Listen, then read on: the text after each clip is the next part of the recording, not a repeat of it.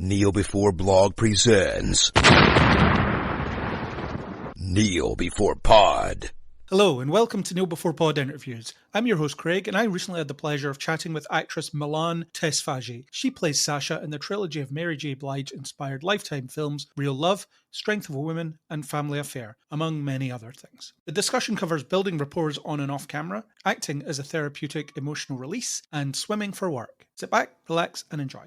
I'm delighted to be joined on Kneel Before Pod with Millan Tesfazgi. How are you? I'm doing wonderful. Thank you for having me. It's my pleasure. It's good to have you on. How are things in your part of the world? It is sunny. It's starting to pick up and get busier again after the holidays, so no complaints on this end here. Plenty of future work to keep you going. Oh, yes. We have a few projects coming out soon that I'm excited to talk about with you guys today, and can't wait to dive in about it. Well, we'll definitely get into that, but let's go right back to the beginning. How did you get started in your career in the acting world? I was born and raised in Edmonton, Alberta, which is the prairies of Canada.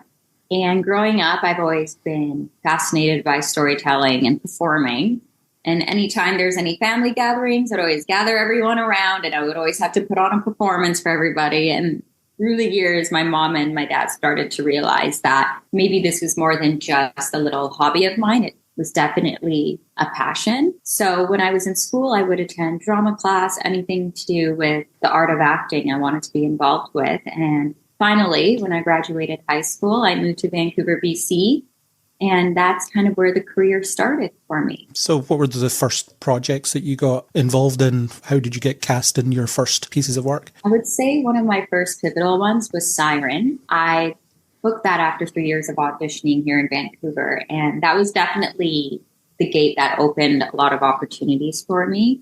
It allowed me to learn and grow and evolve in so many different ways. I was able to be kind of a sponge on set and learn from everything around me and collaborate and be creative. And starting off with that, it kind of led into a domino effect of me being able to get in front of more people, more auditions. And that's how more of the work came in. So it's just been consistent ever since that first run, basically. You got it. Siren was interesting. I was looking it up when I was looking up your IMDb profile, and it was not a show I've heard of, although weirdly it feels like something I would have been interested in, so I'm surprised it sort of passed me by. It's a fun show. It has this dark grittiness to it, but there's this sci-fi fantasy aspect to it as well. It's these primal mermaids that come onto land, but they're very intelligent, and you see them navigate the human world in such a different way. And being able to tap into that as an actor, there's so many different tools that I had to bring out for this role. And that was the physicality and creating a world of where a mermaid would exist in this physical world. And I think that was a fun challenge because I had to create an accent. I had to study aqua life and just understand, like, okay, what would a mermaid do? And I think imagination got to run free with that. And I think that's the beauty of acting. It's you ask yourself questions you normally maybe would never ask yourself. Was there any makeup involved in the show, or was it all just, you just pretend? For the most part, it was really realistic. And the thing that they would do is we had blue contacts on for the mermaids. Some had green, some had red, purple. I personally had the blue ones. But when it came to doing the underwater scenes, we had a 16-foot tank at Vancouver Film Studios. Really cool. I looked at it as like big pool. I was like, this is amazing. I get to go swimming today. A lot of people thought we had fins on, when in reality, it was special effects. So we would wear these like suits, and they had X's all over that. And then post-production, they would just kind of go in there and do their magic. But we did have fins at the bottom of our feet to give the illusion and the movement of mermaids. So I feel like it was more special effects post-production than the actual makeup itself, because a lot of the makeup was very natural because we are mermaids and we're coming out of the water, and it was very raw, I would say. And how cold was that water tank that you had to go into? Surprisingly, it was warm. It was amazing. I was like, oh my goodness, today's the tank day. Amazing. You just like jump right in. It was great. It's a nice heated pool then you got to swim around in. I loved it. By the end of the day, you were zonked. You were so tired, but in the best way possible. Because when you go swimming, you forget it's a workout. And you come out of there and you're like, oh, I did a full workout today. This is amazing. Perfect. Good night. And you did a full 19 episodes of that show. It was across 2 seasons, I believe. So what was it like playing a character for that long, especially so early in your career, getting to take this character forward and develop them over a very long period of time? That must be very rewarding as an actor to keep going with the same character for a longer period of time. It was incredible because I feel like in season 2, I did season 2 and 3. When I did the first season, it was one of my first major bookings, so I was very new to everything. So the approach was quite different because it was so fresh. Whereas in season 3, I had time with the character. I understood the history of my character. I knew the cast members. So there was this sense of comfortability as well, stepping onto set. And I felt really safe. So I was able to really dive into my character and evolve with her and be super creative and take those risks and chances. And having the luxury of time with a character, it really does make a difference. It really, really does. You get to see where they started and where they end, and you get to work your way through that, I suppose, emotionally. It'd be like being a real person for a long period of time. Exactly. Well, that show sounds cool. I'm going to definitely try and see if I can find it. I don't know if I will here in the UK, but I'll try. Let me know if you find it. I think you'd really enjoy it if you love sci-fi. They did an amazing job with making it so realistic, and the emotions that they conveyed throughout the entire show was incredible. Every character had such a specific journey. I feel like the audience members were able to connect to every character in such a different way. So it's definitely something fun to tune into. And a largely female cast as well, which is probably still more rare than it should be on television. That was definitely empowering, being able to go on set and then all these amazingly talented, beautiful females around me who are not just great at what they do, but also helping me in this role by just the guidance that they offered and the advice. It became almost like a mentorship in a sense, without realizing it in the moment. Was there any sort of veteran actors on set that were offering guidance to people that were less experienced? I worked with Rena Owen, who is she is so incredibly talented, and she's been in the game for so long. Even just watching her, you learn so much. She's an incredible actress. So having the honor to sit there and see her in the scenes and do a scene with her, it just makes you better automatically. You want to match that energy. You want to give more when you see that someone's giving their all. That sounds great. I will have a look and see if I can find it. It must be somewhere. Oh, you'll find it. I have a feeling you'll find it. We'll see. It'll stretch my talents of finding things on the internet. Yeah. You also had a role on Supergirl, which is a favourite show of mine. I loved Supergirl. So what was it like being on that set and working in that long-running show as it was at the time? It was really spontaneous and super fun. It was probably one of my first roles. I played scared employee. It was one of my first bookings. And I remember going on set and I was filming Siren at the same time. So it was an interesting contrast because I was still new in season 2 of Siren, but I was still very new to the industry in general. So going on Supergirl, but also playing this major role on another set, it allowed me to take tools from both ends because I feel like depending on where your character is at and what you're playing, sometimes you have the luxury to sit back and really observe everything around you. And Supergirl was incredible. There was a lot of action, which was super fun. And the actors were really welcoming. So it was a memorable one. Were you in the midst of an action sequence when doing it? I guess with a role like scared employee, you probably were. Exactly, yeah. We were in an elevator and the elevator's going down. It's about to, unfortunately, blow up. So there was a lot of fire, action, and heat. Obviously, I don't know much about Siren, but was there a lot of similar sorts of things on there, action sequences and preparing for that sort of thing? Siren, we had a lot of stunts. With the underwater stuff, we did a lot of training for that because we had to learn our breath hold. We had to make sure that we were equalizing going down. There's so many little technical things that you had to be on with it. And we would have in our war scenes underwater, we did have these fake spears. So understanding the gravity underwater, because it looks so easy. And then you go underwater, you're like, oh yeah, I'm not actually a mermaid. Wait a minute. And it's one of those moments where gravity's fighting you and you're fighting gravity. But we had amazing stunt coordinators around us that kept us safe and taught us the way to go about it. And by the end of it, we were great at it. It was so fun. I was like, oh my goodness, we had this big war scene underwater and we had this harness wrapped around us, which pulled you throughout the tank.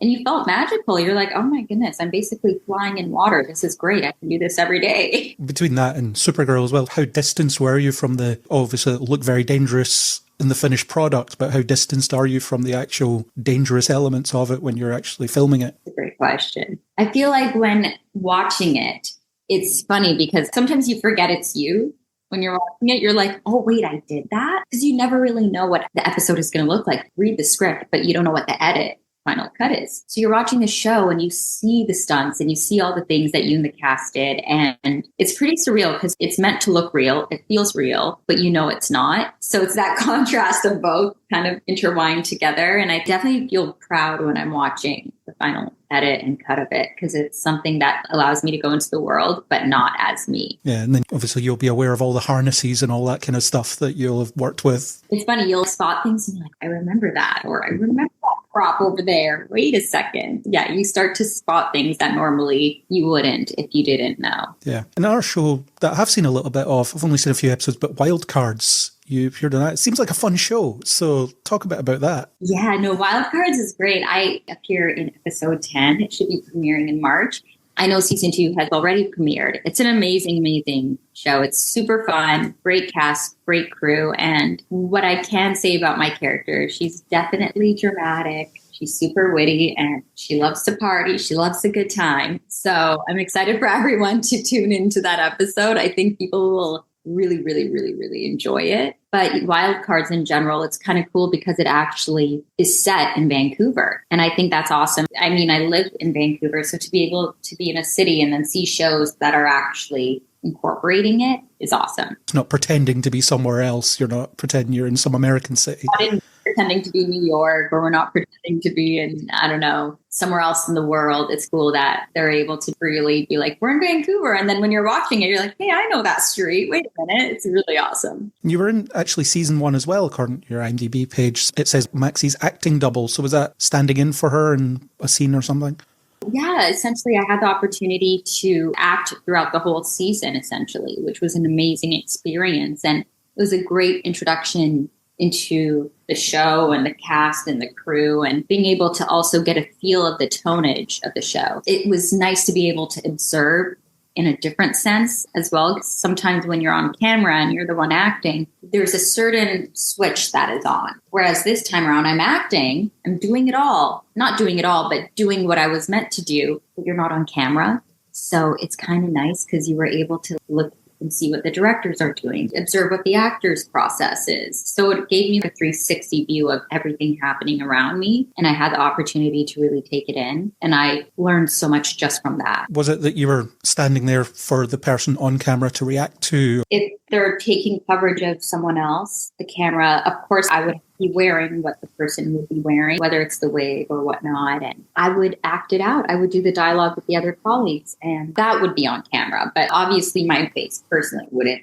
be on camera at the time for that specific role that I had to do. Cool. It's interesting to hear about the magic of filmmaking. It all looks like a seamless conversation to us, but then it's one of the actors wasn't there for their half of this for some of it and things. Yeah, it's movie magic. Just thinking back to when you said you were doing Supergirl and Siren at the same time, how was that scheduling wise to juggle the two gigs? I always call it controlled chaos. One of my favorite things. I love being busy, especially doing what I love. I almost feel like when under pressure, you have no choice but to go for it.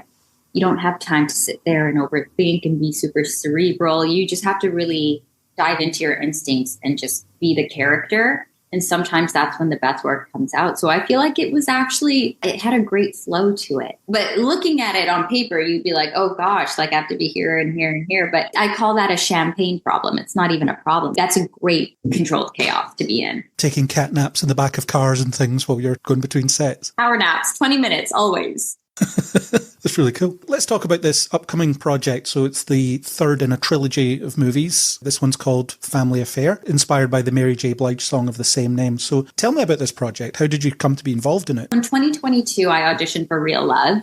I remember seeing that Mary J. Blige was attached to it. And obviously she's a legend. I adore her. I think she's an incredible artist. Grew up listening to her. So that in itself is super exciting. And when I auditioned for the role of Sasha, I did it and I kind of forgot about it for a moment. And then all of a sudden I got the call and it was, you got it.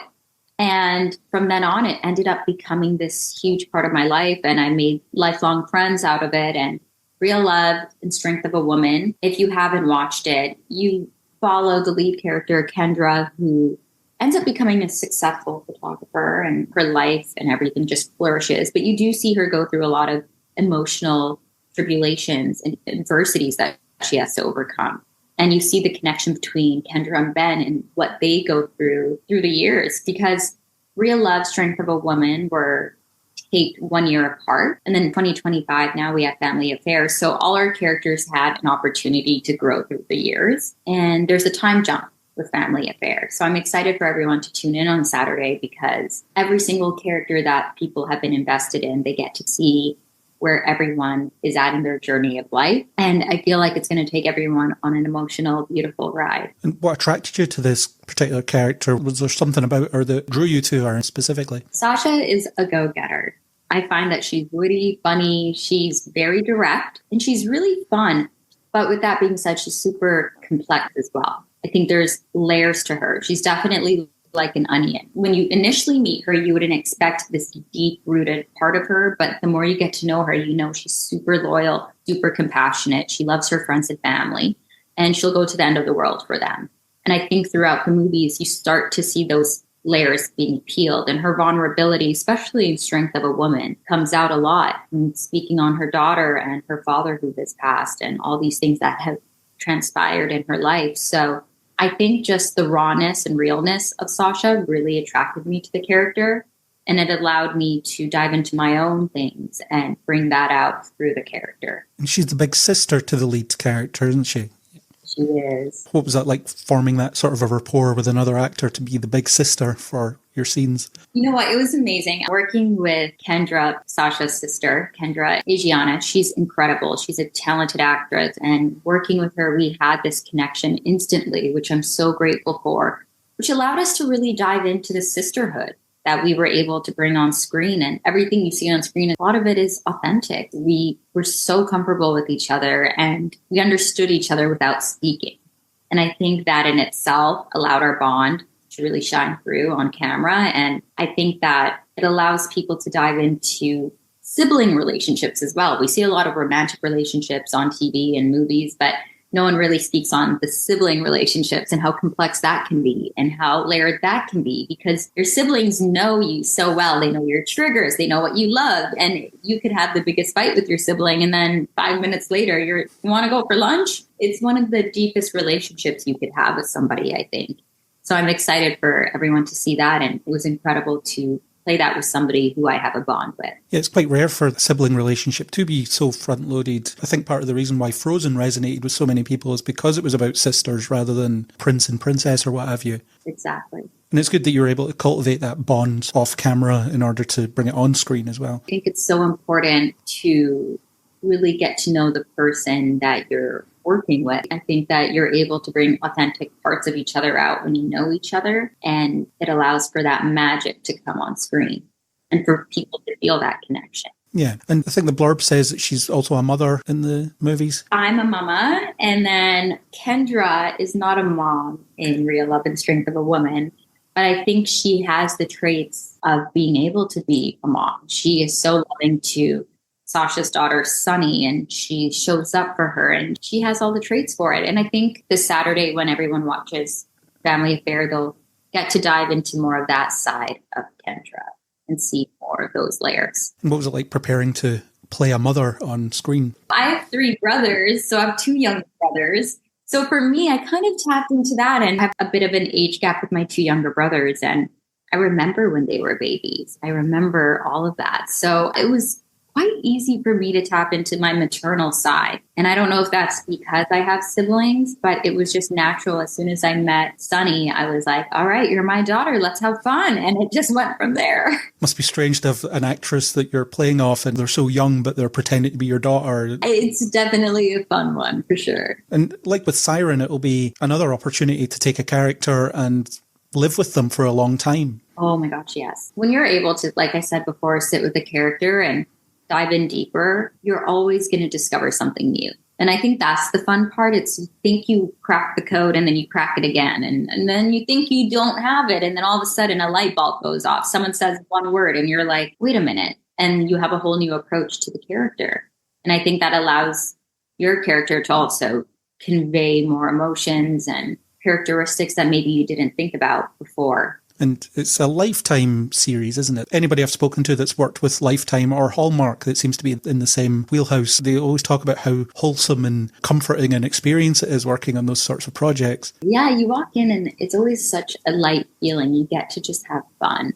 And depending on the projects you're doing, of course, that varies. But it is an incredible feeling when you can just go on set and it's not like you're diving into something super heavy and you have to be in a specific zone. And of course, everyone's process is different. Some people can be laughing right before a very dramatic scene and snap right into it, and some can't. So it really depends. When you are doing those sort of intense scenes, do you ever feel emotional burnout afterwards when you're trying to get back to yourself, I suppose, after being in that moment with a particular character? It really depends on the day. Did I get 8 hours of sleep? Did I not? I think there's so many factors to that. I think that a lot of the times there's a freeing, liberating feeling after doing an intense emotional scene. It's because it's a release. And I think that once you release it, you almost feel lighter. And I think that's the beauty of those roles. Sometimes those roles are the ones that you walk away from, oddly enough, smiling. You're like, wow, that felt good. Even though in the moment it may not have felt good, it feels good right after. And that's because you're able to convey an emotion that you know could possibly help someone maybe watching it, or someone can relate to it, or allowing yourself to see that it has affected someone in some way. So I really enjoy those roles, to be honest. Did you find that the character changed a lot from what was on the page as you were going through? Was there any scope for you to develop her in your own way beyond what the script was telling you? When it came to Siren for Cammie, naturally there was this development and evolution for her. I feel like in the beginning, she was super fierce, super delicate. We didn't like humans that much at the time when she stepped onto Earth, not Earth, but land. And throughout the time, you see the intelligence grow, the emotional maturity grow. And you kind of see her funky personality come out, which was fun to kind of allow the audience to see her more than just this mermaid. Whereas with Sasha, on Real Love and Strength of a Woman and Family Affair, you really start to see the woman in her because they meet her in Real Love and she's a teen mom at that point. And then there's these time jumps. So you see her step into womanhood and being more sure of who she is and being confident in her decisions as a mother and being open to asking for help when needed. Did you know it was going to be a trilogy when you took on the role, or was it just one film at that point? I had no idea. I don't think any of us knew. I remember when we wrapped Real Love, we all love each other and we all got along so well. We were so sad. We were like, okay, this is goodbye. And then all of a sudden, all of us were back together a year later and we're like, this is hello. It's not goodbye, I guess. So it was a surprise for all of us. It was a great surprise. Yeah, so they just called you and said, we're doing another one. Do you want in? And then that was it. Exactly. It'd be good in a way, though, because you wouldn't know what the end point is. If you knew you were going into a trilogy, you would know how she ends up. So you get to experience it in real time almost. That's even better, yeah. Because I feel like knowing the conclusion sometimes, you carry that subconsciously. So it's kind of nice not to not know, so that you can just live in the truth of what the character is really going through in that moment. Well, it'll be definitely something to check out. This podcast will probably be out, well, definitely be out. I'm not that quick at editing after it's actually aired, but I'm guessing it will be readily available for consumption for a long time. Oh, yeah. Family Affair. You can find it on Lifetime's website. It premieres this Saturday on Lifetime. And if you haven't watched Real Love and Strength of a Woman, it is going to be re-premiering before the premiere of Family Affair, which is lovely. So if people really want to follow the stories of the characters, you can. But regardless, even if you just watch Family Affair on Saturday, it's one of those movies that you can watch and just pick up from there and you're good. So they're all very self-contained in that way and you wouldn't feel lost. You wouldn't feel lost. That's always good when it comes to diving into something that's been going on for a while. If it feels impenetrable, people might not do it. Exactly, yeah. And that's nice because it gives you the option. And when you're not acting, are you involved in any other projects that you do, any other extracurriculars? I like being outside. I love biking. I love biking. So you always catch me biking by the seawall out here by the water and being in nature and just being with family and friends. I love working out and just anything outside. And when it's raining, I force myself to bring the umbrella out and like you're still going outside. You need to get a dog. That forces you to go outside. Yes. I'm a dog auntie to all my friends. The one that they drop the dogs off all over here. And I'm like, all right, Auntie Millan's ready to give the dogs treats. And they're like, don't give them treats. And I'm like, you don't tell your parents that here's some treats. I like dogs. I'm a cat owner, or rather I'm owned by a cat. That's so amazing. I always say dogs give love, cats make you earn it. They're like, oh, You didn't come over here. Whereas dogs run to you. Yeah, very accurate where my cat's concerned. It's so true. So you talked about other projects that you've got upcoming. So is there any that you can talk about that we should look out for you in the future? I did appear in School Spirit season 2. They haven't set a premiere date quite yet for season 2, but it will be coming out this year. So definitely keep an eye out for that. I can't say too much about it, but I'm really excited for people to tune in and watch School Spirits. If you haven't, season 1 is out. It's an incredible show. And like I said before, Wild Cards, episode 10, my character Jasmine will be appearing in March. So I think everyone should do that as well. So you get to see your inner party animal on screen. Exactly.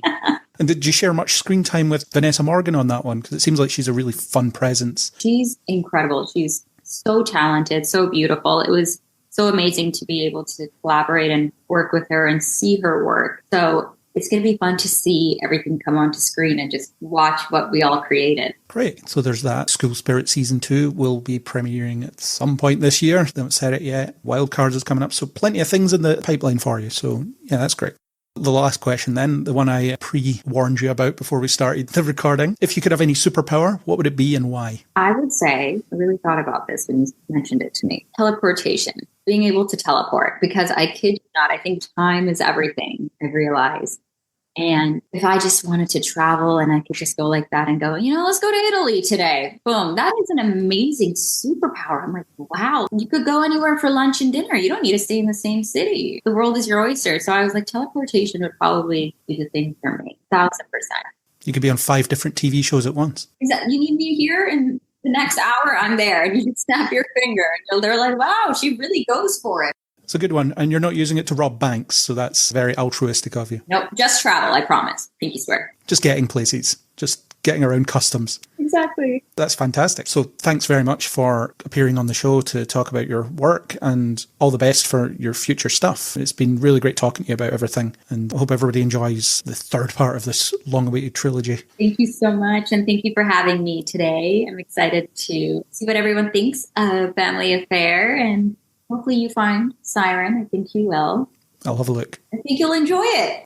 I'm sure I will. Yeah, I was reading about it. I was like, how did I miss this? Right. It's those shows where you're like, wait a minute. I did not see the trailer for that one. Thank you so much for having me. You're welcome. Thanks very much for your time. It's been great talking to you. Have a good one. You too. Bye, everyone. See you. That was my interview with Millan Tesfazgi. All the best to her for her future projects. If you like what you heard, please do subscribe on Apple Podcasts, Spotify, or anywhere you get your podcasts. Please also leave us a 5-star rating and review. If you want to talk to us about anything discussed here, or anything else really, you can hit us up on Facebook, Twitter, and Blue Sky under Kneel Before Blog, or leave a comment on kneelbeforeblog.co.uk. For more interviews, a monthly news podcast, and deep dive analytical discussions about your favourite nerdy things, you can continue to join us on Kneel Before Pod.